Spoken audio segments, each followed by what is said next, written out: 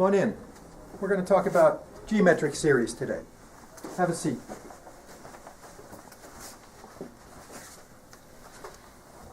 So today we want to talk about the sum of a finite geometric series. Let's write down a general geometric series first.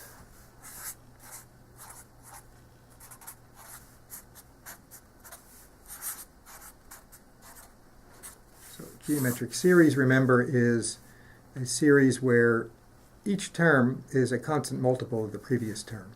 So if we call the first term A, and the next term we could say would be AR, where R is the constant multiple. The next term in the series would be AR squared. And this would continue up to, let's go all the way up to A times R to the n minus 1. Now the reason I want to stop at n minus 1 is because I want there to be n terms in the series. So if you count the number of terms here, this is actually r to the 0. If you count from 0 up to n minus 1, that's n things. So this is my geometric series, and what I want to learn is a formula for the sum of that series. So to find a formula for the sum, we're going to use a trick. This is a great trick, and it applies in lots of different circumstances, so it's a good one to remember, but it's especially good for geometric series. If we take Sn, which we don't know, and multiply Sn by the constant multiple r, we get r times Sn. That multiplies each term here by r, so a multiplied by r is ar, and ar multiplied by r is ar squared,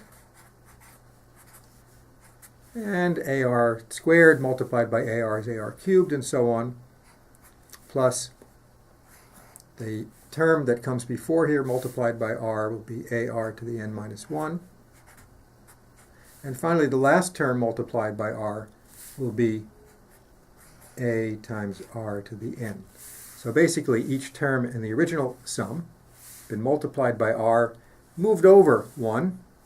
Right? We see this sort of moving over. And we have this one new term, ar to the n, which you get by multiplying ar to the n minus 1 times r. All right, so why is this a good trick to do? Well, let's now subtract these equations, the bottom one from the top. So if we subtract the equations on the left-hand side, we get Sn minus r times Sn. And if we subtract the equations on the right-hand side, the terms that are repeated in the top and bottom will cancel. And so the only terms that will be left are the first term here, a, and the last term, minus a r to the n. So that's why this is a great trick, because it takes this series that's who knows how long and makes all the middle terms disappear, so that we only have the first and the last term now. We're almost finished. Remember, we're trying to find Sn, so now algebraically we want to solve this formula for Sn. We can do that by factoring out Sn. Sn times 1 minus r. And remember, r stands for that constant multiple that was part of the original geometric series. Equals, well, let's factor out an a here. So that's in both terms, a times 1 minus r to the n. And the last step in solving for Sn is to divide both sides by 1 minus r. So Sn equals a times 1 minus r to the n over 1 minus r. And of course, this only works if r is not equal to 1, because otherwise that would be dividing by 0. So this is our resulting formula for the sum of a geometric series. And it's worth pointing out that the original geometric series had the first term equal to a, right? That's what a means. It was the first term in the geometric series.